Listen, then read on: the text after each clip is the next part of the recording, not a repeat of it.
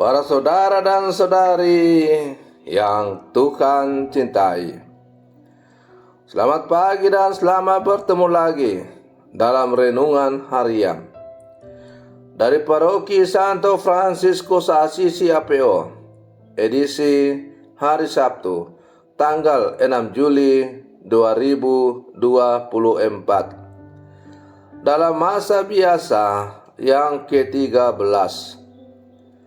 Mengawali hari yang baru ini, kita hendak mendengar dan merenungkan sabda Tuhan. Marilah sebelum kita mendengar dan merenungkan sabda Tuhan, kita berdoa. Allah Bapa, sumber kedamaian sejati, Engkaulah tujuan hidup kami. Bimbinglah kami dengan sabdamu. Semoga kami selalu mengarahkan hati kami sesuai dengan tuntunanmu. Bersabdalah ya Tuhan, kami siap mendengarkan. Terpujilah Engkau Bapa, Putra dan Roh Kudus, kini dan sepanjang segala masa. Amin. Para saudara dan saudari yang Tuhan cintai, sabda Tuhan yang hendak kita dengar dan kita renungkan untuk mengawali hari yang baru ini diambil dari Injil Matius pasal 9 ayat 14 sampai 17. Tuhan bersamamu. Inilah Injil suci menurut Matius. Sekali peristiwa, datanglah murid-murid Yohanes kepada Yesus dan bertanya, "Kami dan orang Farisi berpuasa, tetapi mengapa murid-muridmu tidak?" Jawab Yesus kepada mereka, "Dapatkah sahabat-sahabat mempelai laki-laki berduka cita selama mempelai itu bersama mereka? Tetapi akan tiba waktunya mempelai itu diambil dari mereka, dan pada waktu itulah mereka akan berpuasa. Tak seorang pun menambalkan secarik kain yang belum susut pada baju yang tua. Karena jika demikian, kain penambal itu akan mencabik baju itu, lalu makin besarlah koyaknya. Begitu pula anggur yang baru tidak diisikan ke dalam kantong kulit yang tua. Karena jika demikian, kantong itu akan koyak, sehingga anggur itu terbuang dan kantong itu pun hancur. Tetapi anggur yang baru disimpan orang dalam kantong yang baru, dan dengan demikian terpeliharalah kedua-duanya." Demikianlah sabda Tuhan. Para saudara dan saudari yang Tuhan cintai, murid-murid Yohanes mempertanyakan ajaran dan kebijakan Yesus. Kali ini mereka mempertanyakan soal puasa. Mereka membandingkan murid-murid Yesus yang tidak berpuasa dengan diri mereka sendiri dan orang-orang Farisi yang menjalankan puasa.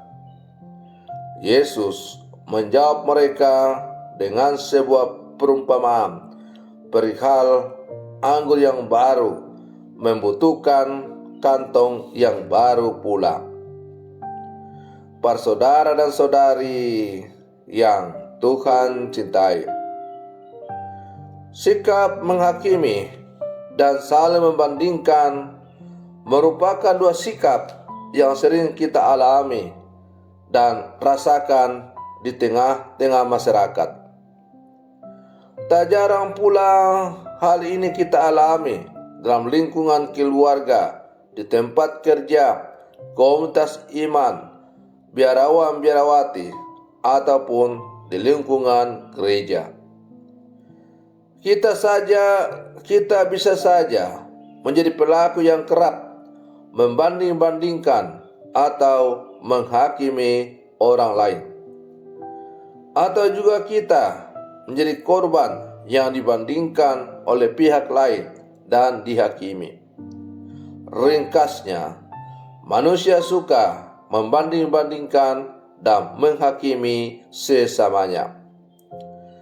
Para saudara dan saudari yang Tuhan cintai, karena itu Injil hari ini, sebagaimana yang tadi kita dengar bersama, mengajak kita untuk bersikap awas dan berusaha untuk semakin bijak.